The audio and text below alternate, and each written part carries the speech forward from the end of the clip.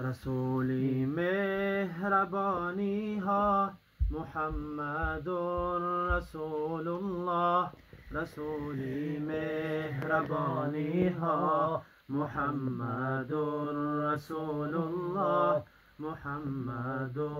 رسول الله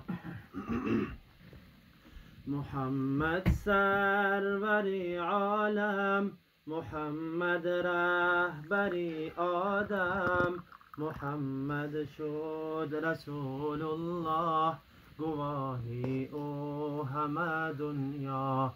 ندایش صلح و آزادی رهایی از اسارت ها الا ای کافران آیید به سوی جنت المأوا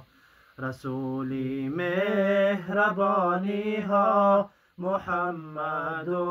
رسول الله رسولی مهربانی ها محمد رسول الله محمد رسول الله محمد رسول الله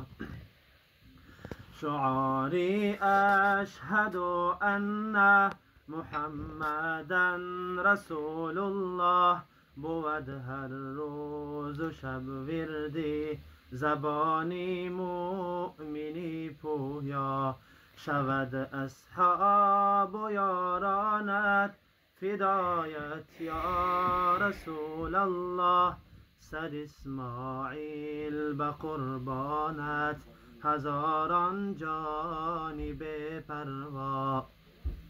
رسولی مهربانی ها محمد رسول الله رسولی مهربانی ها محمد رسول الله محمد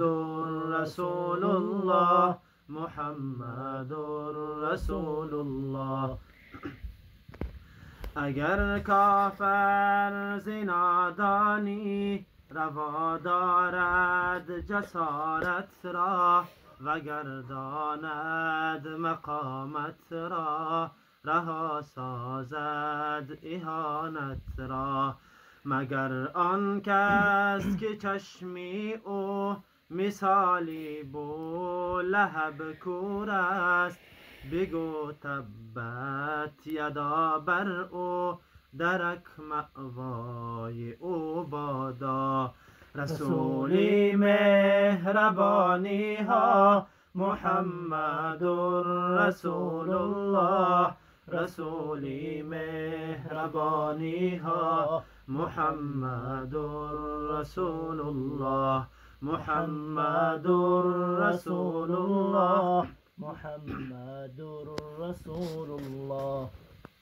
چه جرمی هان فراتر از اهانت بر رسول الله سر و جان ها فدای او بود از جان ما اولا محمد همچو خورشیدی بود در آسمان تابان دو چشمی حاسدان کور از شعاعی نور او بادا محمد رسول الله محمد رسول الله محمد رسول الله محمد رسول الله محمد رسول الله اللهم صل وسلم